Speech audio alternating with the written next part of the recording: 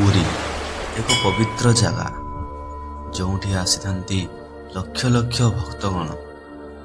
କିନ୍ତୁ ଏହି ମନ୍ଦିରର ଭିତରେ କିଛି ଲୁଚାଯାଇଛି ଏମିତି ରହସ୍ୟ, ଯାହା ଆଜି ପର୍ଯ୍ୟନ୍ତ ବିଜ୍ଞାନ ମଧ୍ୟ ବୁଝିପାରି ନାହିଁ।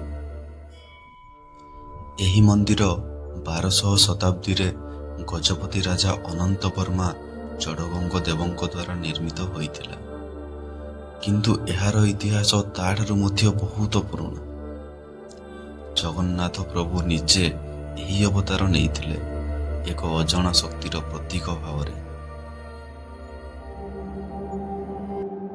ଆପଣ କେବେ ପୁରୀ ମନ୍ଦିରର ଛାୟା ଦେଖିଛନ୍ତି?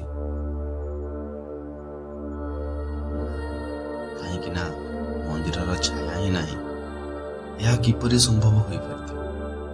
ଭୌଗୋଳିକ ଗଠନ କି ନା କିଛି ଦେବୀ ଶକ୍ତିର ଖେଳ? ଏହା ହେଉଛି ରହସ୍ୟ। ଆପଣମାନେ କେବେ ନଜର ପକାଇଛନ୍ତି ପୁରୀ ମନ୍ଦିରର ଧ୍ୱଜା? ପ୍ରତିଦିନ ଏହି ଧ୍ୱଜା ବିପରୀତ ଦିଗରେ ବୁଲିଥାଏ।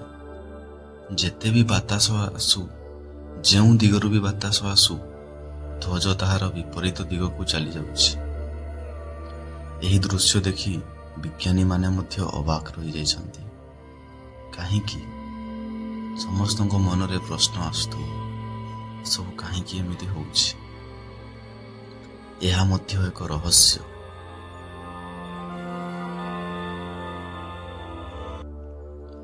ପୁରୀ ମନ୍ଦିର ଉପରେ ଲାଗିଥିବା ଯେଉଁ ସୁଦର୍ଶନ ଚକ୍ର, ଆପଣ ଜାଣିଛନ୍ତି ତାହାର ଓଜନ କେତେ? ତାହାର ଓଜନ ହେଉଛି 20 ଟନ୍। ଏହି ଚକ୍ର ମନ୍ଦିରର ଶିଖର ଉପରେ ରହିଛି। କିନ୍ତୁ ଆପଣ ଯେଉଁ ଦିଗରୁ ଦେଖିଲେ ବି ଏହା ସବୁବେଳେ ଆପଣଙ୍କ ଦିଗକୁ ଦେଖାଯାଏ। କାହିଁକି? କାହିଁକି ନା ଏହା ଏକ ରହସ୍ୟ।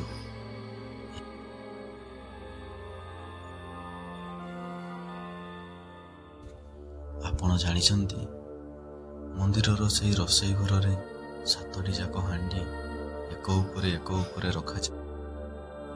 କିନ୍ତୁ ଯେଉଁ ହାଣ୍ଡି ଉପରେ ଥାଏ, ସେହି ଖାଦ୍ୟ ଆଗୁଆ ରନ୍ଧା ହୋଇଯାଇଥାଏ ଏବଂ ତଳ ହାଣ୍ଡି ପରେ ରନ୍ଧା ହୋଇଥାଏ। ଭାବନ୍ତୁ, ଏହି ଗୁରୁତ୍ୱ ନିୟମକୁ ଅଣଦେଖା କରିଦେଇଥିବା ଏହି ରହସ୍ୟ ଆଜି ପର୍ଯ୍ୟନ୍ତ ଅଜଣା ଭାବରେ ରହିଛି।